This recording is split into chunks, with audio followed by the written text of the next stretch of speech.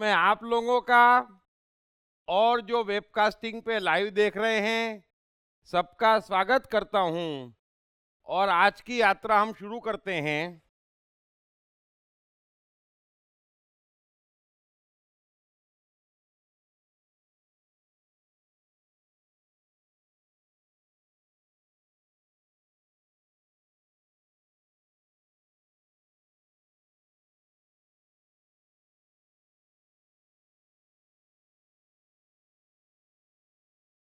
आज का पहला सूत्र लेते हैं। अष्टावक्र कह रहे हैं कि वैर स्वरूप काम को और अनर्थ से भरे अर्थ को त्याग कर और दोनों के कारण रूप धर्म को भी छोड़कर तू उन सब की उपेक्षा कर।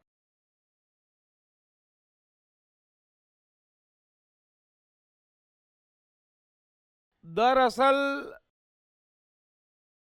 यह जो अष्टावक्र गीता है ये बहुत ही अद्भुत थे। इतना शुद्ध ज्ञान है, इतनी सीधी बात है।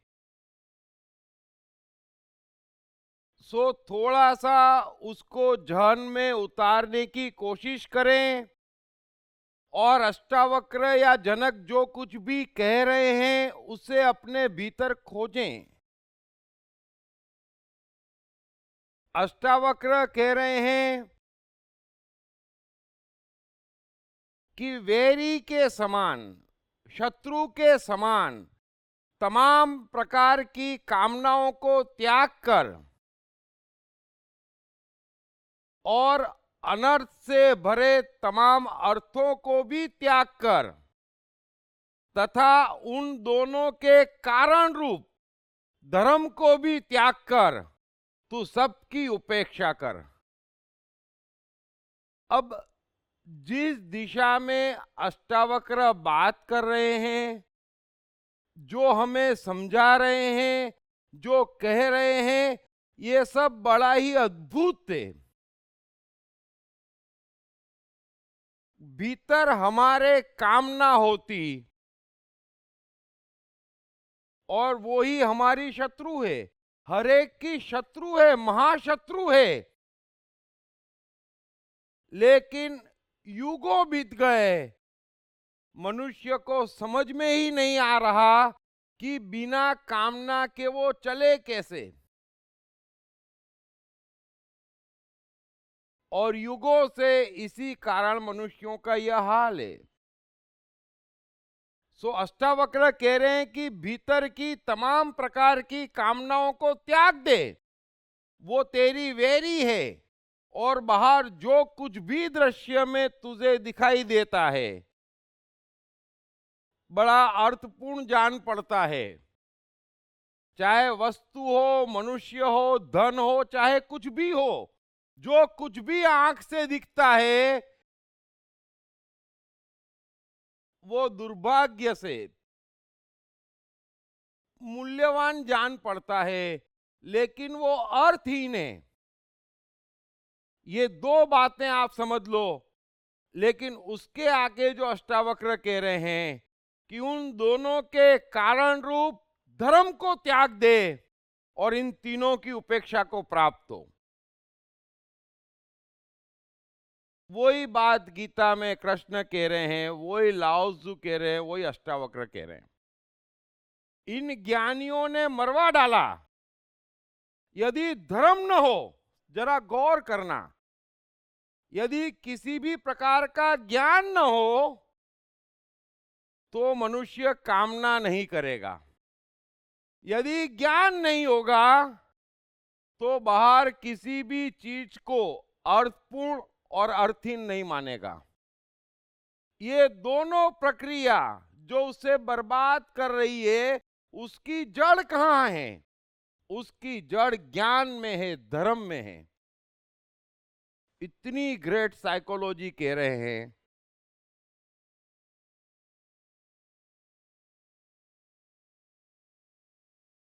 यदि किसी को ज्ञान ही न हो तो किसी चीज की कोई आवश्यकता नहीं बचती। और समझा समझा कर थक गए ये तीनों। मैं पुरजोर कोशिश कर रहा हूं, सिर्फ इन तीनों पर बोल रहा हूं, क्योंकि मैं जानता हूं कि कामना, बाहर विभाजित करके देखना, ये दोनों सबसे बड़े शत्रु हैं आपके हर एक के युगों से, और कोई इससे बच नहीं सकता। और ये कला जब तक आपके समझ में नहीं आ जाती, जीवन में बड़ा परिवर्तन आने वाला नहीं है। और उसकी जड़ कहाँ है? उसकी जड़ धर्मों में छिपी हुई है। कृष्ण लाख कह दे कि कर्म करो पर फल की चिंता मत करो, लेकिन धर्मों की शुरुआती कामना से होती है, फल से होती है। मेरा भविष्य सुधरे, मुझे ये मिले, मेरा ये बिगड़े ना। अरे बिगड़ जाएगा, संभाले नहीं संभाल पाओगे। थोड़ी सी बुद्धि वापरो। युगों से मनुष्य यह करता आ रहा है। कहां सुखी हुआ, कहां सफल हुआ, क्या मिल गया उसे? मिल सकता ही नहीं है। उल्टी दिशा पकड़ ली, जहां बर्बादी बर्बादी और बर्बादी बढ़ती चले जानी है। और ये सिद्धांत है, ये नियम है। जैसे आइंस्टाइन के लॉ है, जैसे न्यूटन के लॉ हैं, जैसे पदार्थ के लॉ हैं, वैसे लाओजू, अष्टावक्र और गीता, ये मनुष्य जीवन के लॉ है। कोई बदल ही नहीं सकता। लाख कह दो, है ना, लाख कह दो, आदत पुरानी है, हमारी कमजोरी है, वो हमारी समस्या है। ये नियम है। सो मेहरबानी करके इन बातों को समझें, और जो चीज भी आपको कामना करने के लिए उकसाती है, वो आपके हित की चीज नहीं है। जो चीज भी आपको बाहर चीजों में विभाजित करके दिखाने की कोशिश करती है, समझाती है, वो भी शिक्षा आपके काम की नहीं है।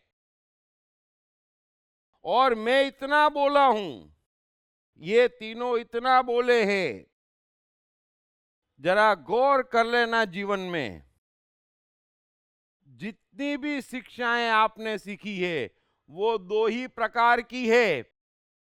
या तो कामना के लिए उकसा रही है, या बाहर विभाजित करके देखने को कह रही है।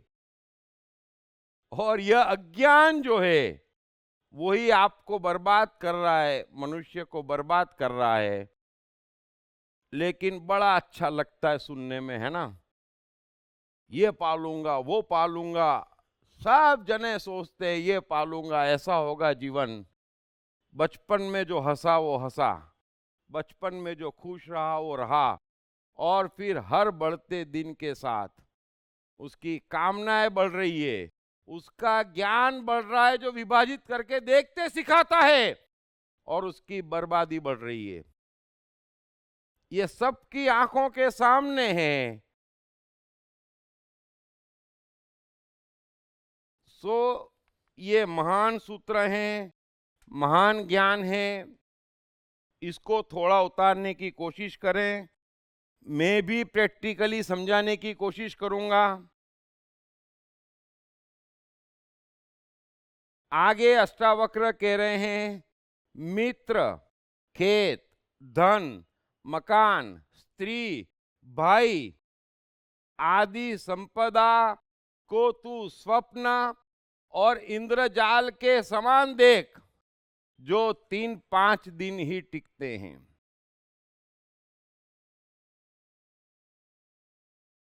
थोड़ा इस बात को भी सबको समझना चाहिए।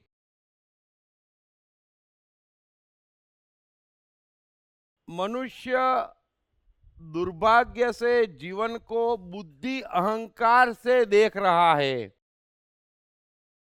और दुर्भाग्य से उसे जो कुछ भी ज्ञान मिल रहा है वो बुद्धि अहंकार से निकला मिल रहा है।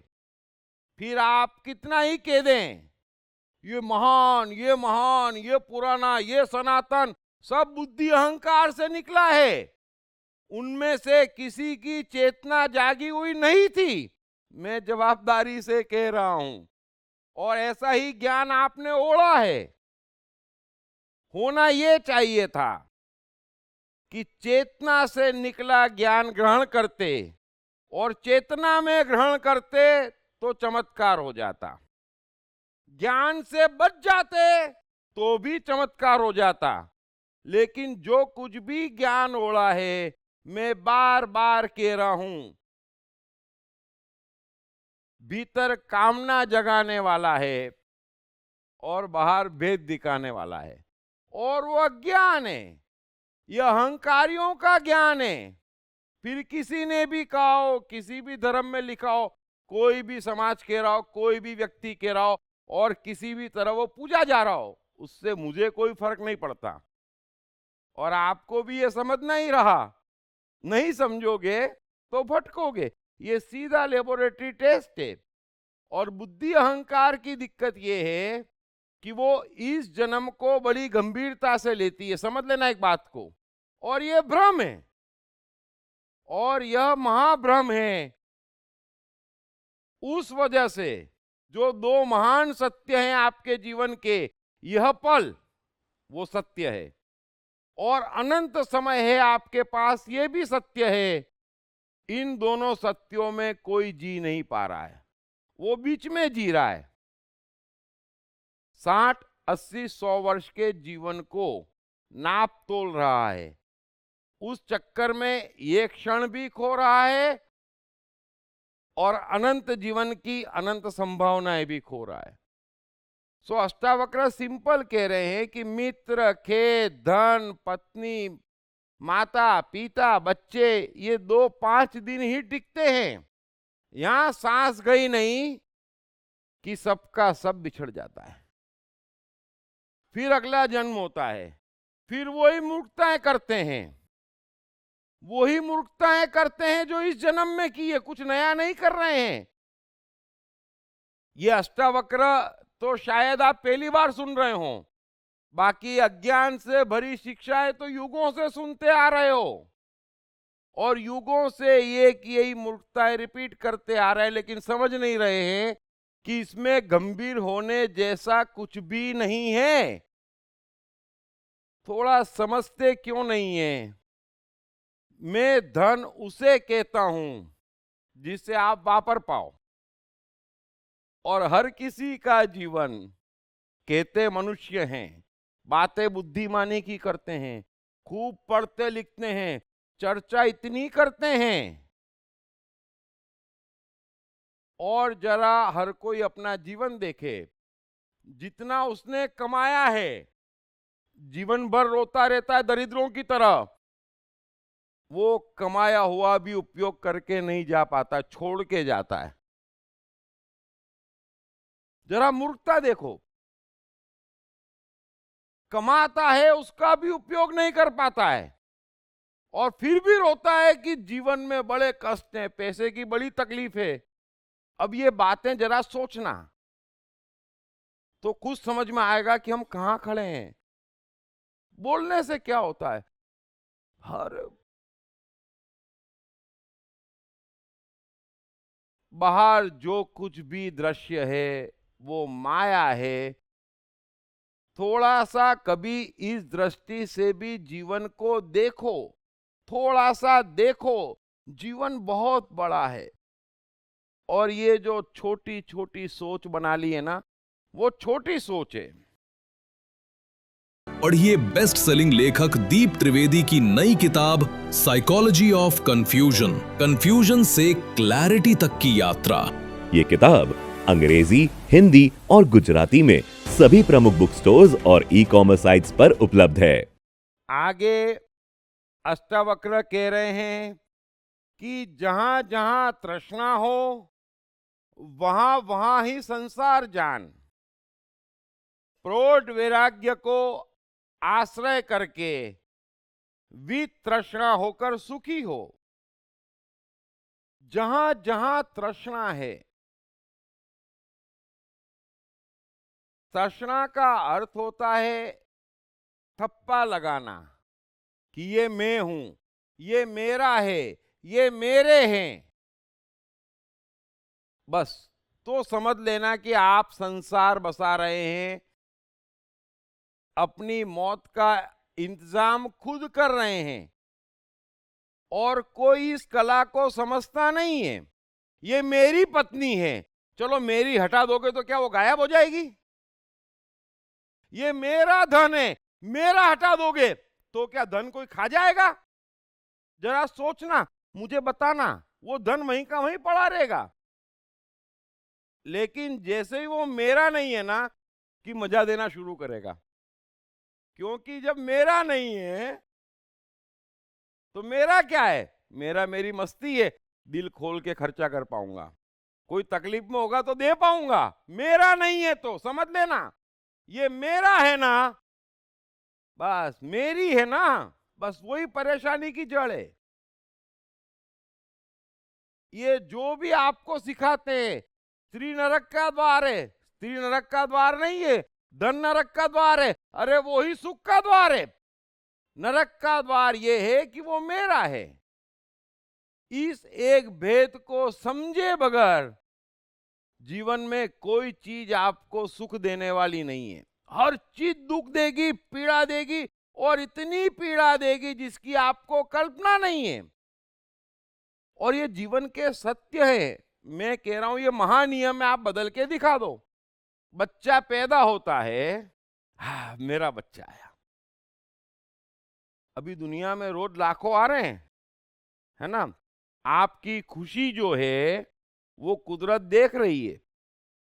मैं बार बार कहता हूं ये छोटी छोटी खुशियां ये बड़ा परिणाम लेके आती है।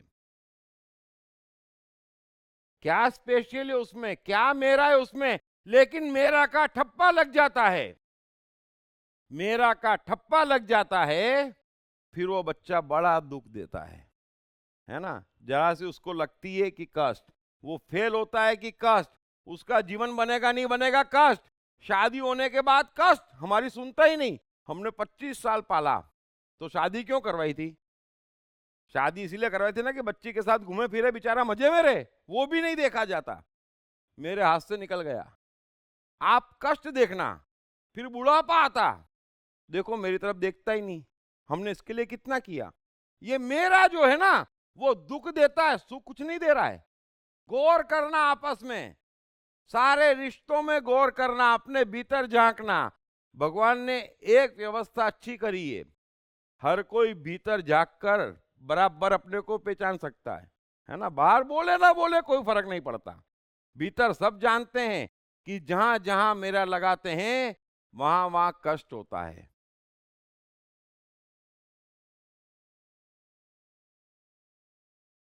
सो बाहर कुछ बदलना नहीं है, बढ़ाओ, जितना बढ़ा सकते उतना बढ़ाओ, कोई मना नहीं कर रहा है। लेकिन वो मेरा मान के आप बढ़ाते हो, वो कष्ट दे रहा है। थोड़ा सा इस बात को समझना। और दुनिया में कोई ऐसा जादू नहीं है कि मेरे भीतर मैं मेरा न मान रहा हूं तो वो चीज गायब हो जाएगी। और ऐसा कोई जादू नहीं है कि मेरा मानते ही वो स्टैंड स्टिल हो जाएगी, है ना? ऐसा कोई जादू नहीं है। लेकिन जो आप मेरा मानते हैं और मेरा मानते ही वो आपका मालिक हो जाता है, और मेरा नहीं मानते हैं तो उस चीज के आप मालिक होते हैं। और मालिक ही चीजों का उपयोग कर पाता है। जो मेरा कहता है ना, चीज उसका उपयोग कर लेती है। तो थोड़ा जीवन पे गौर करना, चीजें भी आपका उपयोग कर रही है, मजा नहीं दे रही है। मजा कोई चीज नहीं दे रही है।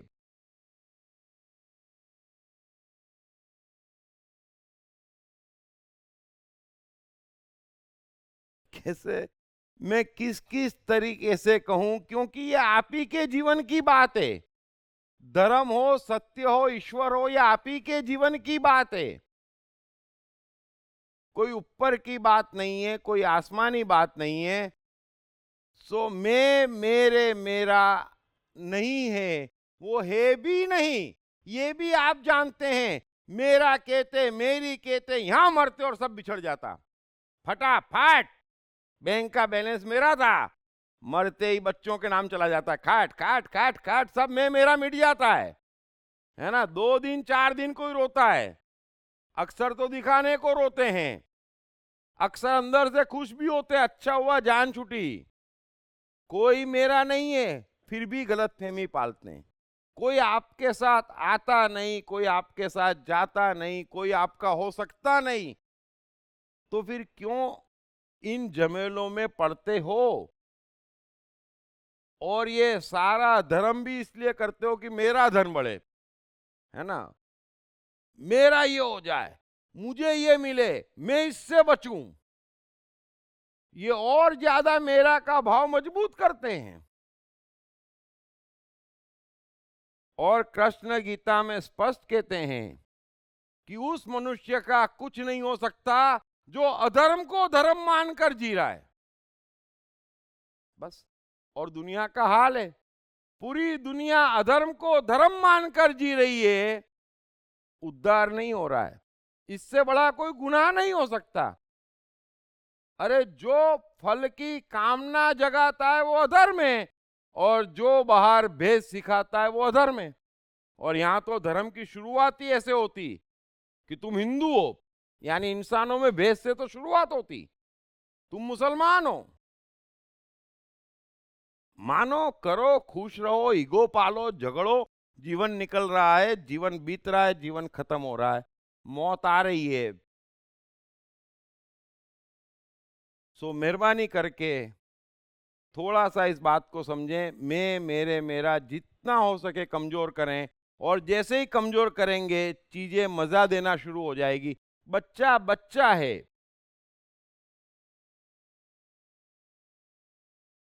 खलील जिब्रान की बढ़िया कविता है कि बच्चा बच्चा है, उस पे मेरा क्यों लगाते हो, और मेरा लगाते हो तो उसे बर्बाद कर देते हो और अपने दुख की कब्र खोदते हो। बच्चा बच्चा है, यहां पर हर चीज परमात्मा की अमानत है, परमात्मा की है। ये मेरा कहां से आ गया, बार बार मैं कह रहा हूं, उसको गौर करना, वो मरने का द्वार है।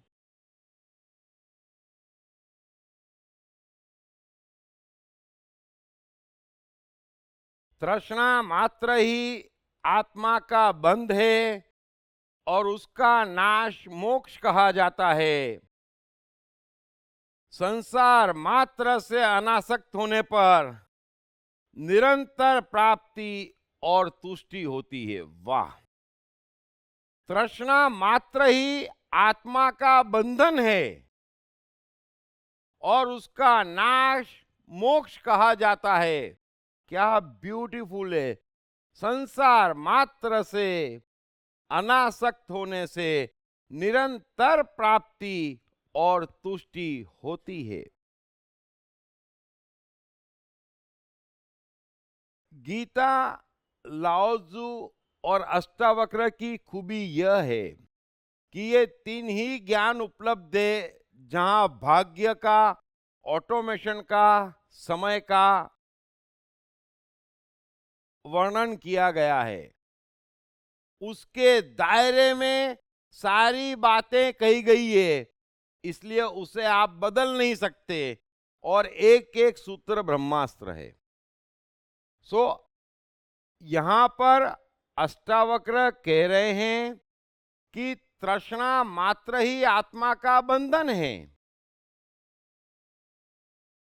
मैं, मेरे और मेरा ये हट जाए तो कोई बंधन नहीं है। जरा समझना, मेरा धर्म है तो फिर बंधन है ना, क्योंकि मैं मुस्लिम हूं तो मैं बंध गया, रोजे से बंध गया, टोपी से बंध गया, रमजान से बंध गया, मैं बंध गया।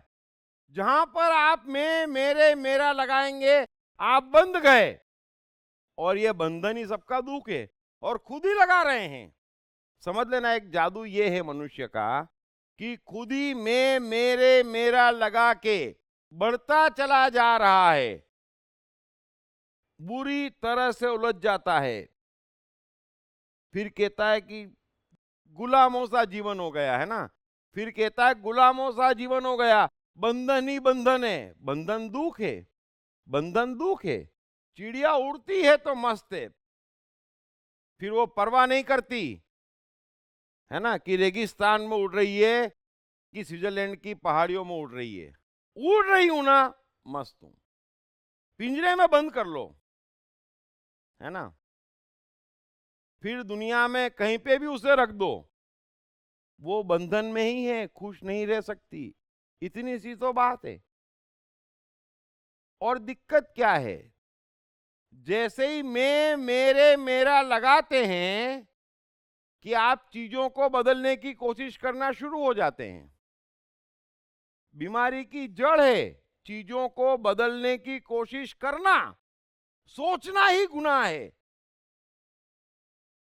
और 24 घंटे यह गुनाह करने को आपके धर्म, आपके समाज, आपकी शिक्षाएं, आपकी बातचीत, आपका ज्ञान, आपकी बुद्धि, आपका अहंकार आपको उकसाती है।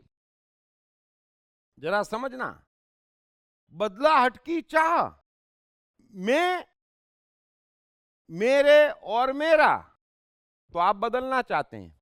और बाहर क्या हो रहा है, बाहर पहले आपको मैं मेरे मेरा मजबूत करते हैं और फिर बदलाहट की शिक्षा देते हैं। और जितना आप बदलना चाहोगे उतना बर्बादी की तरफ जाओगे। कोई बचा नहीं सकता, कोई कुछ बन नहीं सकता।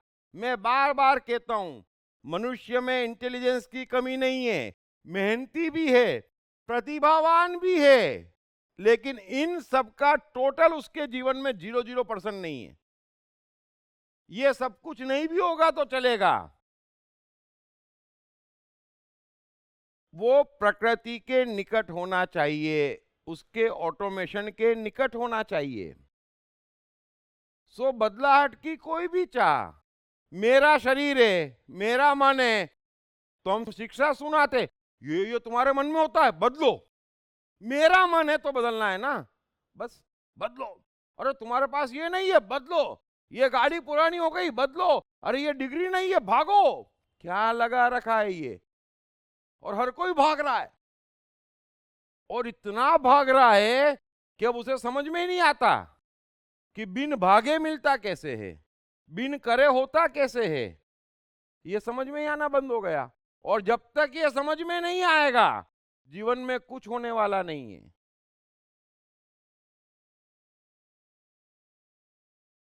सो अष्टावक्र कह रहे हैं कि तृष्णा मात्र आत्मा का बंधन है। मैं मुक्त हूं, और यदि मुक्त हूं, समझ लेना आप, मैं मेरे मेरा नहीं है, तो आपको कोई चीज भी बदलने की आवश्यकता नहीं है? मेरा है तो आप बदलना चाहते हैं, धन मेरा है तो बढ़ाना चाहते हैं, है ना, बच्चे मेरे हैं तो सुधारना चाहते हैं। आप चाहते क्या है? और सभी जने कोशिश कर रहे हैं, उस हेतु जमाने भर का ज्ञान भी ले रहे हैं। हो क्या रहा है, रोज रोज बिगड़ रहा है, रोज रोज बिगड़ रहा है। और आप कोशिश कर लेना, अरे एक रिश्ता हो, उसे संवारने की कोशिश कर लेना। जितना संवारने की कोशिश करोगे उतना बिगड़ता चला जाएगा। जाओ, चैलेंज देता हूं, ये तो नियम है। आप कोशिश कर लो संवारने की, जाओ करो, करते चले जाओ, बिगड़ता चला जाएगा। यही हो रहा है, ये हो रहा है, लेकिन समझने को हम तैयार नहीं है। सो अष्टावक्र कह रहे हैं कि मुझे बदलाहट की चाह नहीं है तो मैं मुक्त हूं, है ना। अगर बदलाहट की चाह ही नहीं है मुझे तो मैं मुक्त हूं। और जो ऐसा मुक्त है उसे निरंतर प्राप्ति और तुष्टि होती है। यदि आप जिस रोज कुछ भी बदलना नहीं चाहेंगे, उस रोज आपका उद्धार हो जाएगा। इस एक बात को बार बार सुनना, मैं जो कुछ भी कहता हूं, जो कुछ भी लिखता हूं, उसे बार बार सुनो और अपने भीतर खोजो। जिस रोज बदलाहट की चाहें खत्म हो जाएगी, आप कुछ भी बदलना नहीं चाहेंगे, उस दिन आपके समझ में आ जाएगा कि बदलाहट की जो अथॉरिटी है वो आपके हाथ में ही नहीं है, वो एक ही के पास है। और वो जब बदलता है तो अष्टावक्र कह रहे निरंतर प्राप्ति और तुष्टि होती है। मिलता चला जाता है, मिलता चला जाता है, मिलता चला जाता है, और जो कुछ भी मिलता है उससे तृप्ति होती रहती है। बस तो और क्या चाहिए? इससे ऊपर किसको क्या चाहिए? लेकिन आप प्राप्त करना चाहते हैं, बदलना चाहते हैं, और ये बदलाहट की कोशिश में कहां से कहां पहुंच जाते हैं।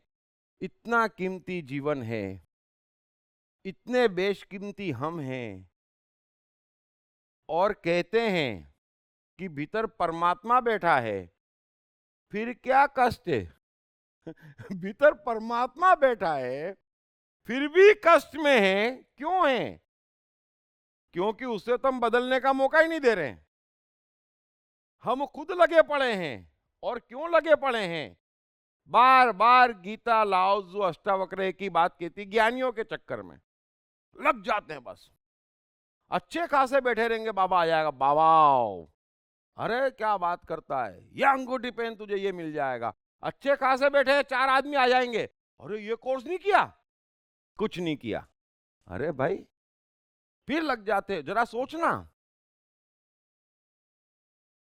लाओ त्सु जिस खूबसूरती से सूत्रों को कहते हैं, उनकी कहने की स्टाइल अलग है, कृष्ण की अलग है, अष्टावक्र की अलग है।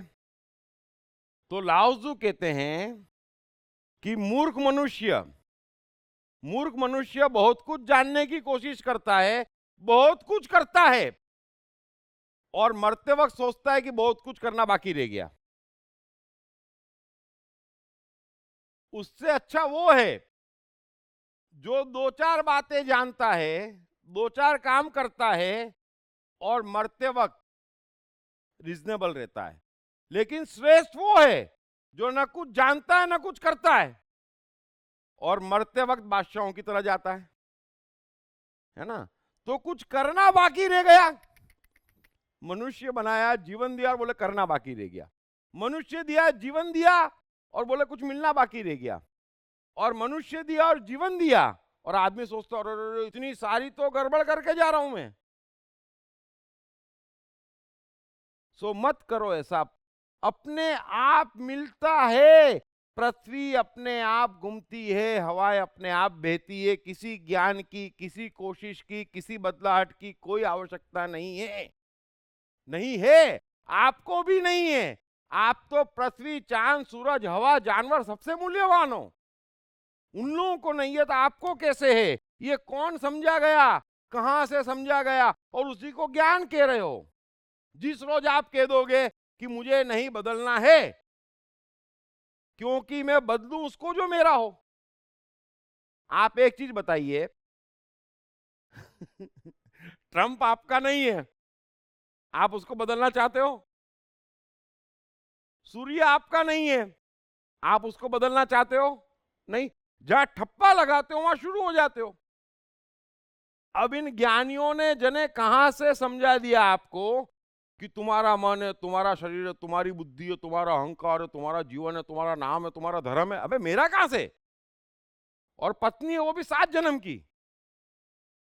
अरे कुछ तो दया करो भाई, हैं? दे धनाधन, कर्म भी तुम्हारे, शर्म भी तुम्हारी है। अरे कहां है? मेरा कुछ भी नहीं है, मेरा कुछ भी नहीं है, मुझे कुछ बदलना नहीं है। बस तो प्राप्ति और तुष्टि अपने आप होगी।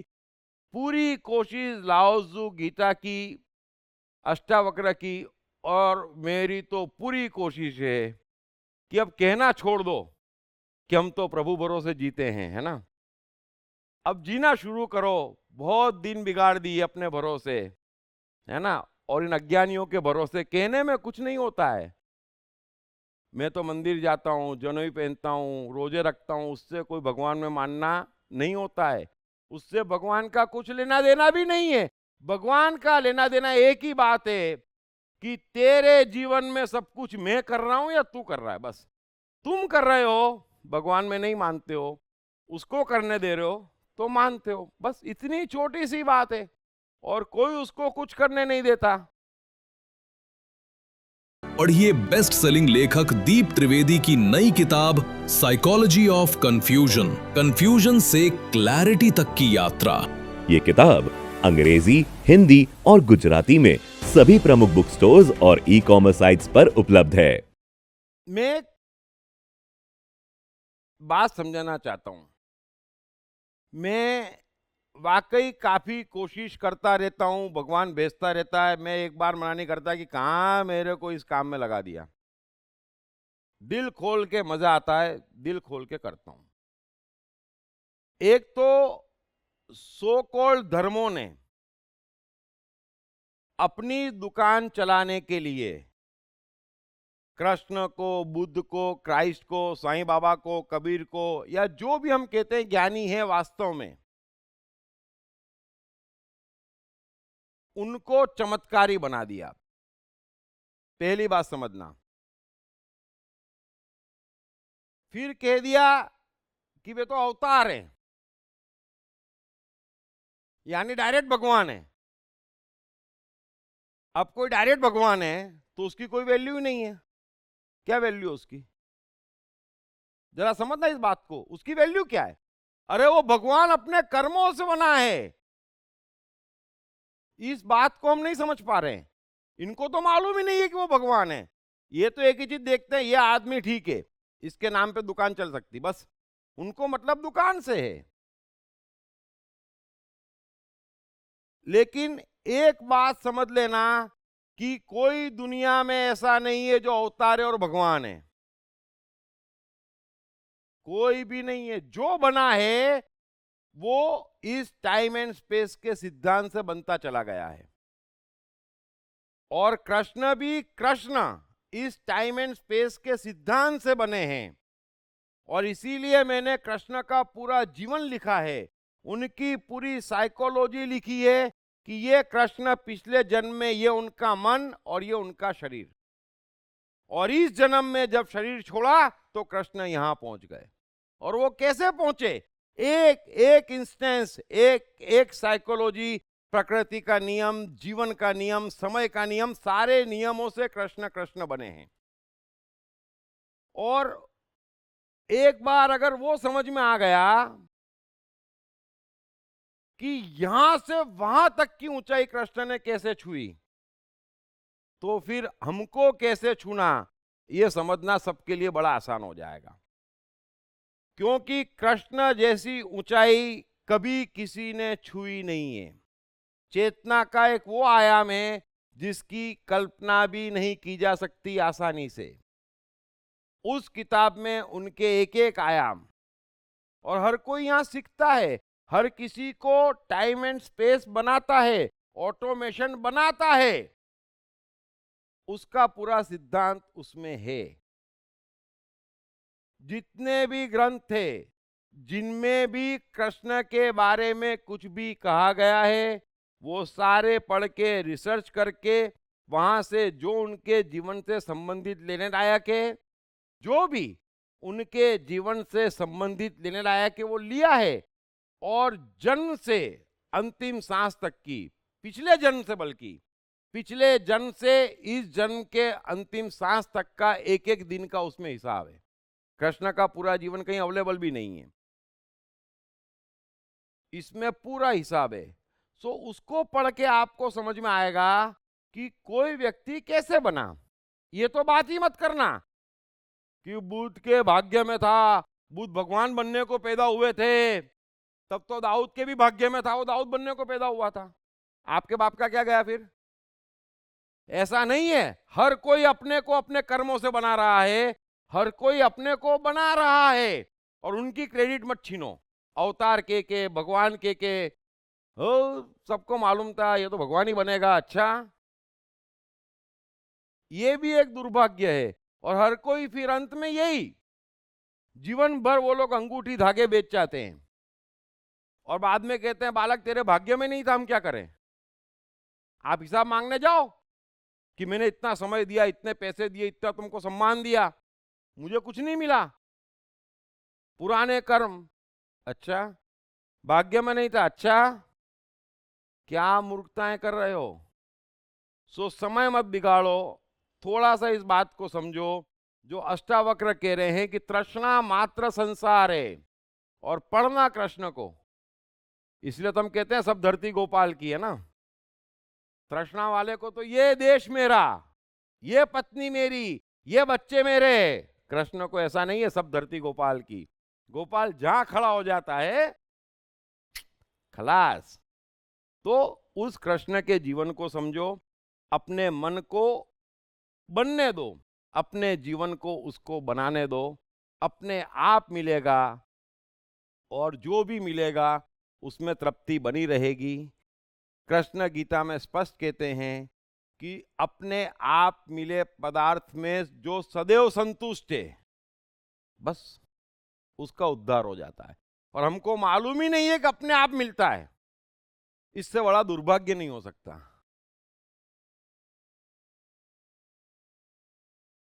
आगे अष्टावक्र कह रहे हैं तेरे राज्य, पुत्र, पुत्रियां, शरीर और सुख जन्म जन्म से नष्ट हुए हैं, यद्यपि तू उनमें आसक्त था। यही बात बड़ी सिंपल है जो समझना जरूरी है कि तेरे राज्य, तेरे पुत्र, तेरी पुत्रियां, तेरा शरीर, तेरे सुख, तेरे साधन, ये जन्मों जन्मों से नष्ट हुए हैं, यद्यपि हर जन्म में तू उनमें आसक्त था। और ये कमाल क्यों करते हो। और सबसे बड़ा कमाल तो ये करते हैं, आज मुस्लिम घर में पैदा हो गए, ऐसा झंडा उठाएंगे कि पूछो मत। फिर अगले जन्म में क्रिश्चियन घर में पैदा हो जाते, फिर वहां पे भी झंडा उठाते। अरे कब पागलपन से बाहर जाओगे। इंसान हो, इंसानियत का झंडा उठाओ, परमानेंट रहेगा। ये झंडे, ये डंडे और इन चक्करों में कब तक पड़ते रहोगे। कैसा अज्ञान है ये। लेकिन तरह तरह के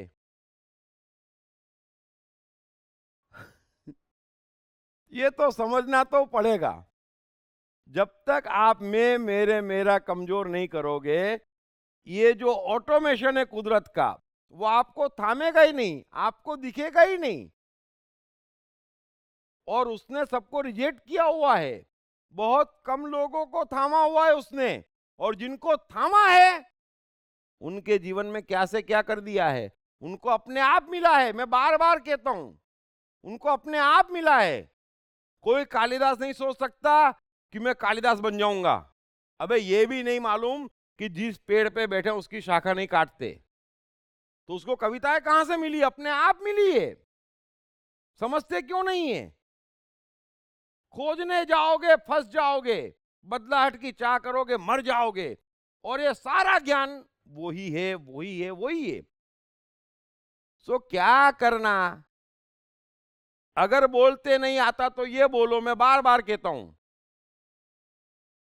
कि इस जन्म में अभी तक ये मेरी पत्नी है, चलो मान लेता हूं, लेकिन ये पत्नी है, 7 जन्म की पत्नी है, मर जाओगे कुछ हाथ में नहीं आएगा।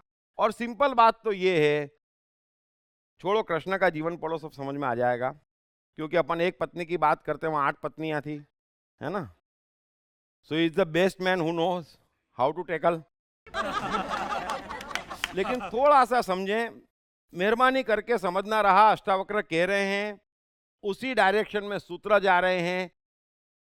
चीजें मजा नहीं दे रही है जिसमें आप मैं मेरे मेरा लगा रहे हैं। आगे कह रहे हैं अष्टावक्र कि अर्थ, काम और सकत कर्म बहुत हो चुके, इनमें भी संसार रूपी जंगल में तू मन को विश्रांति को प्राप्त नहीं हुआ। 3 ही तो बात है। मन में कामनाएं उठती है, गलत बात है। बाहर चीजों में भेद दिखाई देता है। अच्छे खासे हम साइकिल में घूम रहे हैं, और बाहर मर्सिडीज दिखाई देती है। बस ये गुनाह है, ये गुनाह है। और मर्सिडीज और साइकिल में जो भेद दिखाई देता है वो भेद मर्सिडीज और साइकिल का नहीं है, ये आपका मेंटल प्रॉब्लम है। ये बता रहा है कि आप अधार्मिक हो और कुछ भी नहीं है। वरना साइकिल, मैं कितनी बार कहता हूं, साइकिल पे घूमो और ऐसा शान से घूमो कि मर्सिडीज वाले को शर्म आ जाए। ये आपकी कला है, ये आपका ओरिजिनल व्यक्तित्व है और है। लेकिन मानने को तैयार ही नहीं है। बाहर देखेंगे, बाहर दिखता कैसे है, बाहर देखते क्यों, बाहर झांकते क्यों, बाहर सुनते क्यों हो? आप बाहर हो ही नहीं, आप बाहर हो ही नहीं। स्वाष्टा वगैरह कह रहे हैं कामना, बाहर भेद और श्रकत कर्म, फल की आशा में कर्म करना, जमाने भर के क्रियाकांड करना, धर्म के पीछे भगना, हाथ में कुछ नहीं आ रहा है। दुकानें चल रही है, उनके हाथ में भी कुछ नहीं आ रहा है। थोड़ा सा धन सम्मान मिल जाता, लेकिन भीतर वे झांके कितने परेशान हैं। इस जन्म में परेशान है, अगले जन्म में मौका मिलने वाला नहीं है। तो कहां जा रही है ये दुनिया, किसको क्या मिल रहा है? थोड़ा सा गौर करें। बहुत कीमती जीवन है और बहुत शक्तियां हमारे भीतर पड़ी है, बहुत संभावनाएं पड़ी है। सो इन तीनों बातों से छूटे। यही कह रहे अष्टावक्र कि इन सब कोशिशों में तू जन्मों जन्मों से लगा है, लेकिन तू इन चक्करों से बाहर कभी नहीं निकल पाया। तू कभी विश्रांति को उपलब्ध नहीं हुआ, शांति को उपलब्ध नहीं हुआ, इन तीनों के चक्कर में पड़ा रहा।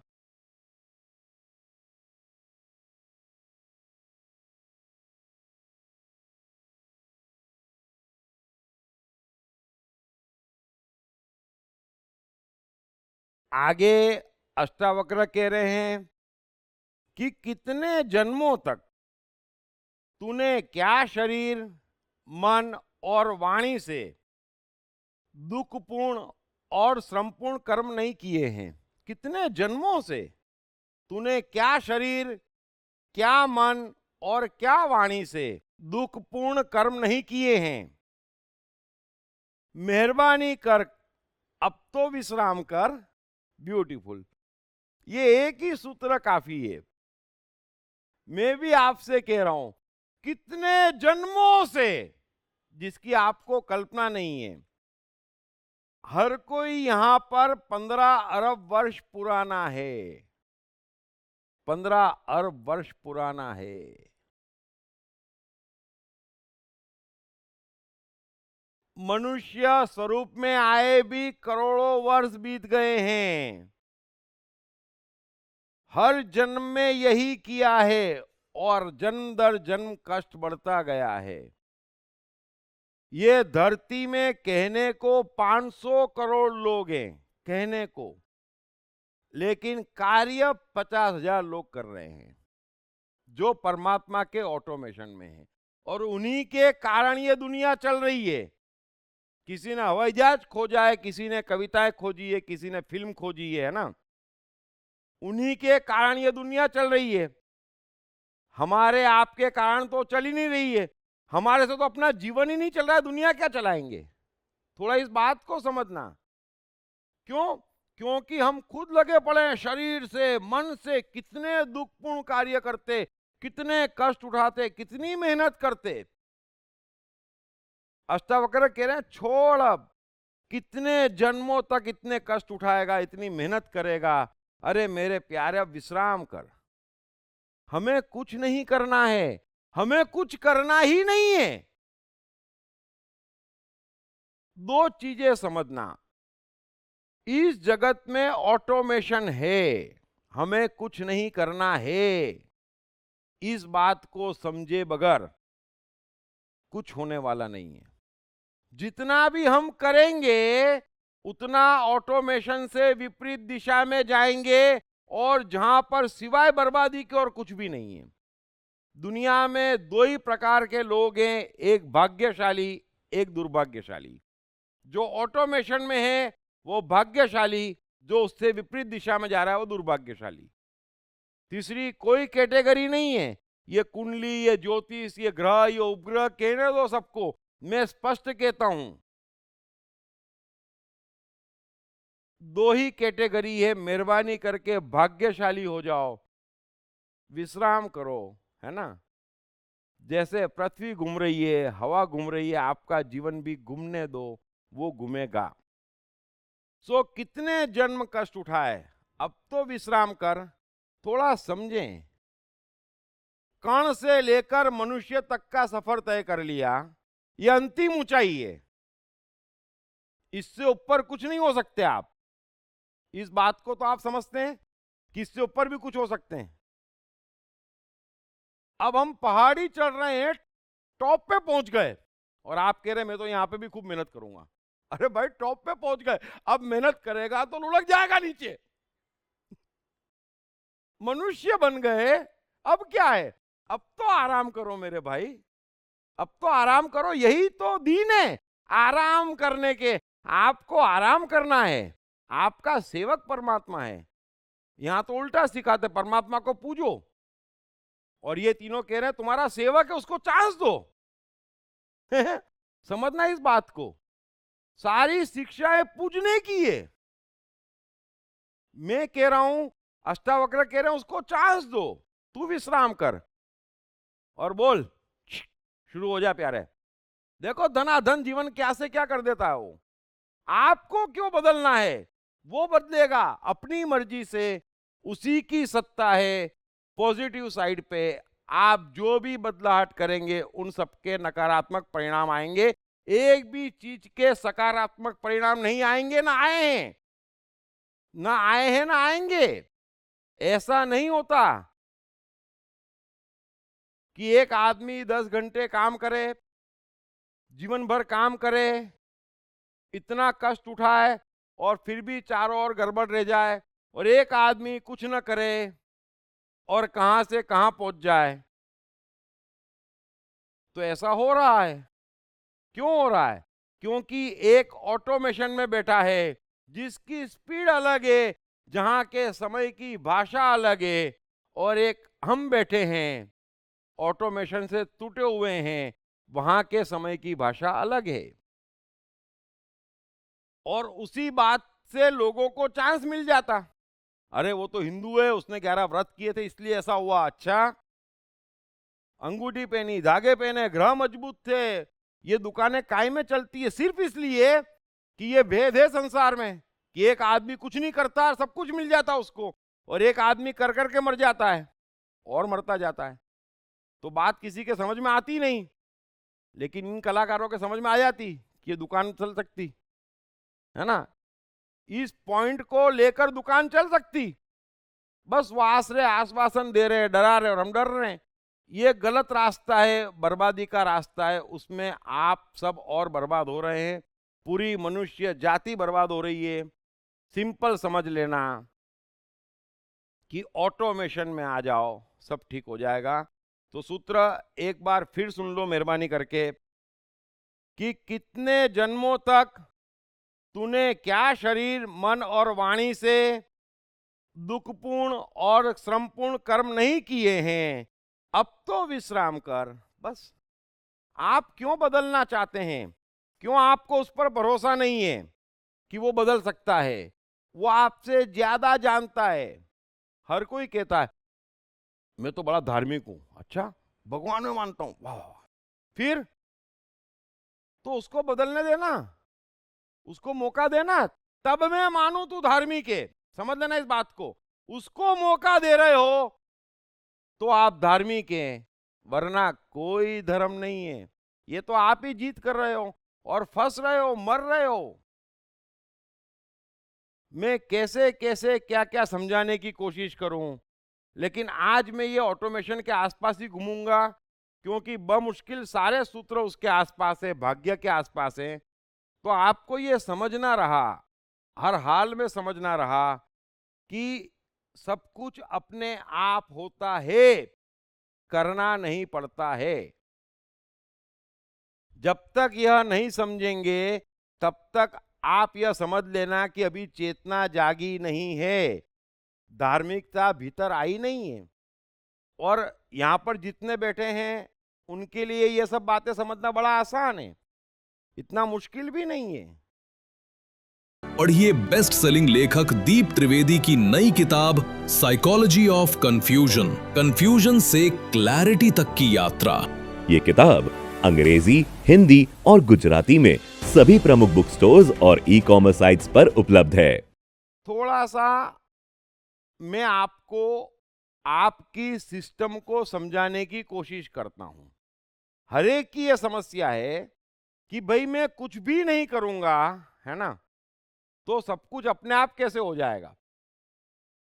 ये अपने आप होता है, आपके करने से बिगड़ रहा है। तो थोड़ा सा अपनी सिस्टम को पहचाने। आप क्या हैं? शरीर, मन, इंद्रियां, अहंकार और बुद्धि, ये 5 चीजें हैं।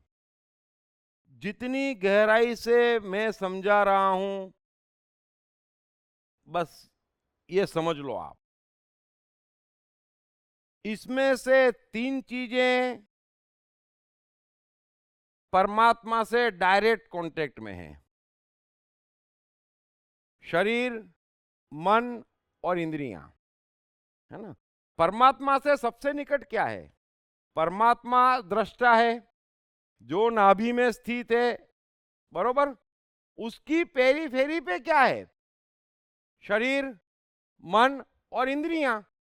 अब यदि परमात्मा को कुछ भी करवाना है तो उसके पास कम्युनिकेशन के ये 3 ही सेंटर हैं। इस एक बात को समझ लो, है ना। या तो वो शरीर से कुछ इंडिकेशन भेजेगा, या इंद्रियों से भेजेगा, या मन से भेजेगा। तीसरी कोई जगह नहीं है जहां परमात्मा यानी कि ये महान ऑटोमेशन आपसे कुछ भी कम्युनिकेशन कर पाए। अब हो क्या रहा है? बाहर से ज्ञान ओढ़ के आप शरीर को परेशान करते हैं, उसकी चलने नहीं देते। ये मानते हैं कि परमात्मा जो कुछ भी भेज रहा है ना, इस बात में दम नहीं है। मेरे शरीर में खराबी है, मेरे मन में खराबी है, मेरी इंद्रियां खराब है। और ये लोग सिखाते भी, इंद्रियों पे विजय पाओ। अच्छा, मन पे विजय पाओ, ये भाषा ही गलत है। मन तो जीता ही हुआ है,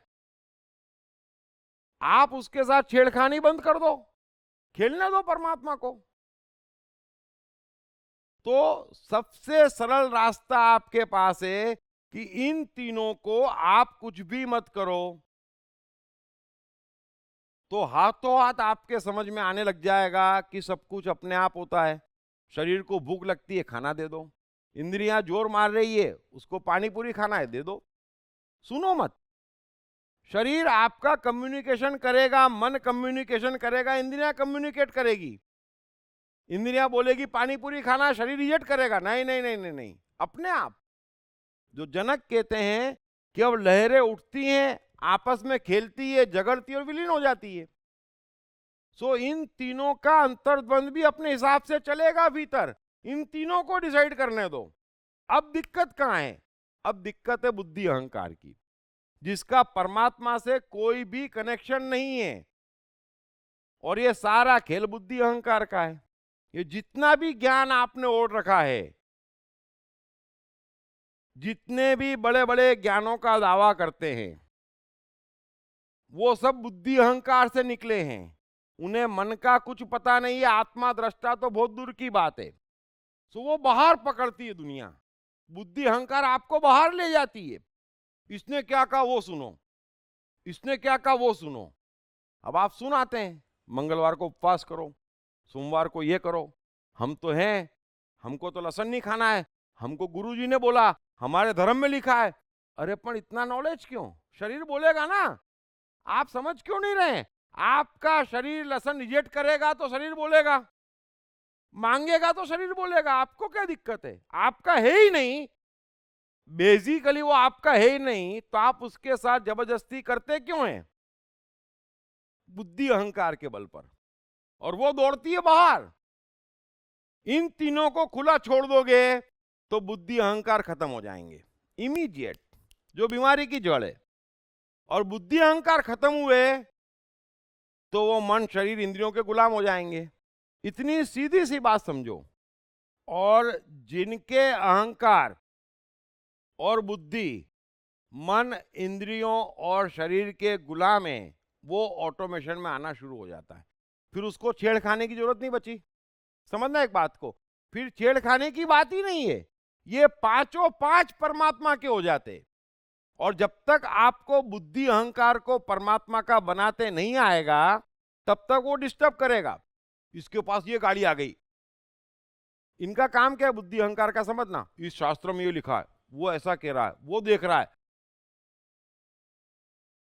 अरे पर वो देख रहा है, वो उसकी प्रॉब्लम है, तेरे को भूख लगी है, तेरी प्रॉब्लम है, तुम अपनी प्रॉब्लम देखो ना यार। तो इन पांचों का बोर्ड ऑफ डायरेक्टर्स बन जाएगा आपके भीतर।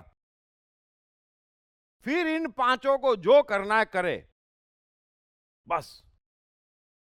फिर मन का काम है, और मन बड़ा इंटेलिजेंट है, वो वर्तमान में रहता है। मन का फर्क समझना, ये जितनी दौड़ाती है ना आपको, वो बुद्धि दौड़ाती है, मन नहीं दौड़ाता है। मन पूर्ण वर्तमान में रहता है, वो छोटी छोटी इच्छाएं करता है और इंटेलिजेंट है। थोड़ा सा मन बुद्धि का फर्क समझना, मन छोटी छोटी इच्छाएं करता है, इंद्रियां छोटी छोटी इच्छाएं करती है, जो उसकी रीच में है, जो आपकी पूरी हो सकती। सो मन का सिंपल नियम है कि बैंक में 10 लाख रुपए होंगे, फालतू के होंगे, मन में गाड़ी लेने की इच्छा होगी, तब जाके वो बुद्धि को बोलेगी कि भाई दुनिया में गाड़ियां मिलती है। और एक काम कर, एक दो दिन में पता लगा के बता कि 10 लाख में कौन कौन सी गाड़ियां आती है। वो पहला दिन होना चाहिए जब आप गाड़ियों की इंक्वायरी करने जाए। इस एक बात को समझ लेना, ये परमात्मा ने भेजा। अभी क्या होता है, परमात्मा ने तो भेजा नहीं, बैंक में बैलेंस है नहीं, गाड़ी लेने की ताकत नहीं है, लेकिन नॉलेज जरूरी है ना, बस, और मर गए। आप दौड़ पड़ते हैं, दौड़ना नहीं है। वो पहला दिन होना चाहिए जब आपको पता चले कि दुनिया में गाड़ी नाम की कोई चीज भी है।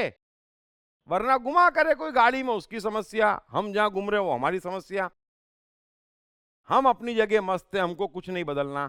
सो बुद्धि अहंकार को दौड़ना मन की इंस्ट्रक्शन पे है कि काम अटके तब बोलने का, चल शुरू हो जाओ, और उतना ही जितना मुझे आवश्यक है। फिर 25 लाख में ये गाड़ी मिलती, मैंने पूछा था इंक्वायरी करने का? नहीं। मैंने 10 लाख बोला था ना। 11 लाख में मिलती, इंफॉर्मेशन रिक्वायर्ड ही नहीं है मुझे। बस कॉम्पैक्ट हो जाओ, परमात्मा से जुड़ो, और इन पांचों को कम्युनिकेट करने दो। और ये पांच जो बोलते हैं उसके अलावा किसी की मत सुनो, आप बच जाओगे। बाहर का कोई भी कारण इन पांचों पर लागू नहीं होता। और जब इतना समझाया है तो एक चीज और समझा दूं, क्योंकि जब तक मैं आपको प्रैक्टिकली नहीं समझाऊंगा कि ऑटोमेशन होता क्या है, आप समझेंगे कैसे। अब बुद्धि ने सिलेक्ट करी 3 गाड़ियां और उसने ग्रेड दे दिया, ये 1, ये 2, ये 3, अपने हिसाब से, है ना, क्योंकि बुद्धि कैलकुलेट करती है। समझ लेना फर्क, कि इसमें ये मॉडल, ये ब्रांड, ये वो, ओके। लेकिन बुद्धि नौकर है मन की, उसको रिपोर्ट देना है मन को। मन ने सुनी रिपोर्ट, भले 1 नंबर गाड़ी, सब ठीक होगा, बुद्धि का कहना सही है, लेकिन मन में आए नंबर 3 वाली लेना है तो नंबर 3 वाली लेना। कारण मत ढूंढना, क्योंकि मन परमात्मा के निकट है, बुद्धि कैलकुलेशन है, बस। हमेशा कह रहा हूं, बुद्धि कहेगी यह आदमी बहुत अच्छा है, हर बर्थडे विश करता है, हर पार्टी में आता है। बुद्धि ने कह दिया तेरी ड्यूटी खत्म। मन नहीं, फिर भी इसके साथ मजा नहीं आता है। मन की सुनना, बच जाओगे, बुद्धि की सुनोगे फंस जाओगे। सो बुद्धि का काम है एक लिमिटेड, तू तेरी रिपोर्ट दे दे, चेयरमैन आपका मन है, बस। और इन 5 के अलावा कोई भी कारण दुनिया का आपको कोई एक्ट करने के लिए मजबूर नहीं करना चाहिए, तो आप जल्दी से ऑटोमेशन में आ जाएंगे। ये कारण यहां से निकलना चाहिए। मन बोलना चाहिए बुद्धि को कि तू दौड़, तब दौड़ो। वो भगवान दौड़ा रहा है, बुद्धि अपने आप दौड़ रही है, अहंकार अपने आप दौड़ रहा है, और मन शरीर और इंद्रियों को दबा रहा है। बर्बादी की निशानी है, हाथ में कुछ नहीं आएगा। तो करीब करीब इसको कहते हैं ऑटोमेशन, कि अपने आप होता है। और उसी को अष्टावक्र कह रहे हैं कि अपने आप प्राप्ति होती, अपने आप तृप्ति होती।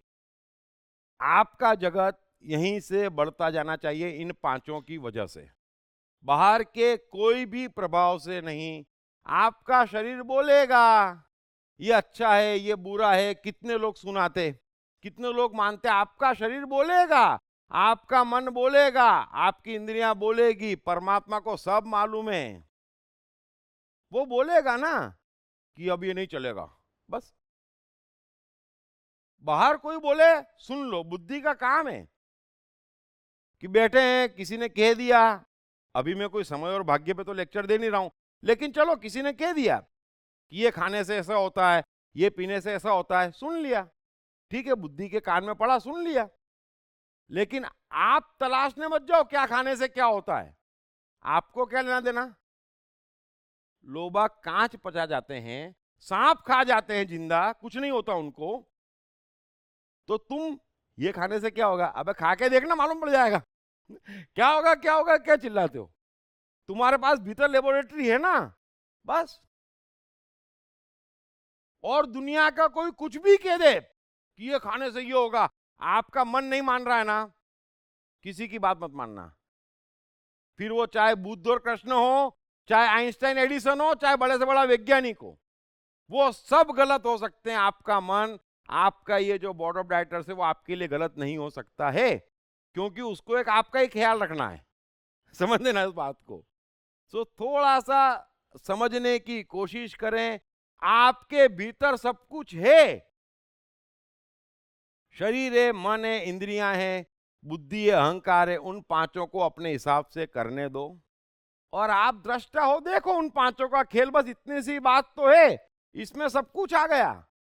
अब ये पांचों जो करें, आपका क्या इसमें, मैं कहां से आया, मेरा कहां से आया, मेरे कहां से आया। इन पांचों ने जो किया किया, मैं देख रहा हूं। कोई बोले तुमने ऐसा किया, मैंने नहीं किया। जैसे तू देख रहा है वैसे मैं भी देख रहा हूं, है ना, क्या दीप ने ऐसा किया, है ना। समझ लेना इस बात को, एक फर्क समझ लेना। सब जने कहते हैं तूने ऐसा किया, और आप भी मानते हैं कि मैंने ऐसा किया। लेकिन जिस रोज दृष्टा हो जाओगे, आप बोलोगे तूने देखा दीप ने ऐसा किया, हाँ मैंने भी देखा दीप ने ऐसा किया। दीप जाने, उसका बोर्ड ऑफ डायरेक्टर जाने, मेरे को समस्या नहीं है। तू जबरदस्ती दुबला हुआ जा रहा है? मुझे कोई प्रॉब्लम नहीं है। तुम क्यों कह रहे हो ऐसा किया वैसा किया, किया किया किया, इतनी फुर्सत ही नहीं है भाई सुनने की। मैंने किया ही नहीं है, बस अपने आप जो ऑटोमेशन करवा रहा है, वो डिसाइड कर रहा है, वो आपस में मगजमारी कर रहे हैं। लहरें वहां से उठ रही है, बस वहां से उठने दो, लहरें वहां से उठने दो, बाहर से नहीं। और बाहर की कोई सत्ता आ जाए, ये पांचों बस फाइनल।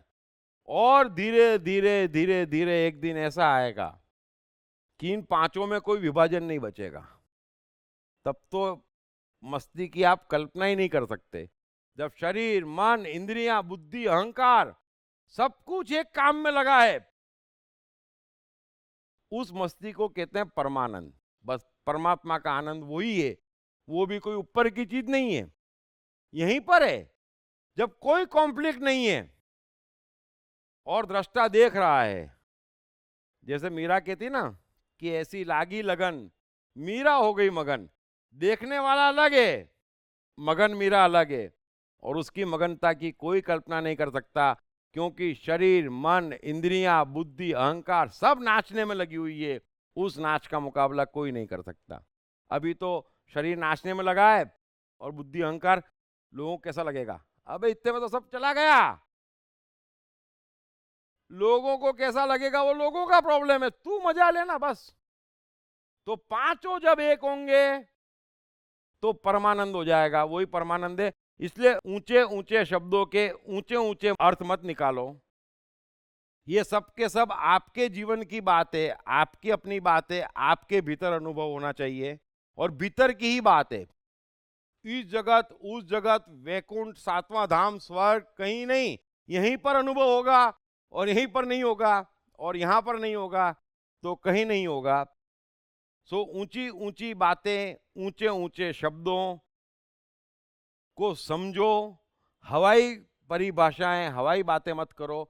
सो मैंने परमानंद क्या होता है, जो अष्टावक्र और कृष्ण कह रहे हैं, वो भी आपको समझाया कि ये पांचों एक काम में हैं बस।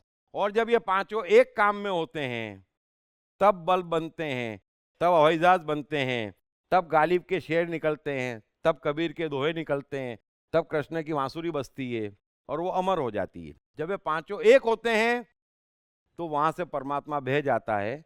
सो मैंने समझाने की कोशिश करी जितना संभव है शब्दों में, है ना, क्योंकि शब्दों की अपनी लिमिटेशन है। हम कोई वर्कशॉप भी नहीं ले रहे हैं, भाग्य समय पे भी नहीं बोल रहे हैं, लेकिन महान व्यक्ति के महान सूत्र हैं। सो यहीं पर 10 मिनट का ब्रेक लेते हैं, है ना, फिर आगे बढ़ते हैं। बट प्लीज जो आज मैंने समझाया उस चीज को पकड़ के रखना कि आपकी सिस्टम, आप मालिक, बस जीवन का उद्धार हो जाएगा। So thank you very much. पढ़िए बेस्ट सेलिंग लेखक दीप त्रिवेदी की नई किताब साइकोलॉजी ऑफ कंफ्यूजन, कंफ्यूजन से क्लैरिटी तक की यात्रा। ये किताब अंग्रेजी, हिंदी और गुजराती में सभी प्रमुख बुक स्टोर्स और ई-कॉमर्स साइट्स पर उपलब्ध है।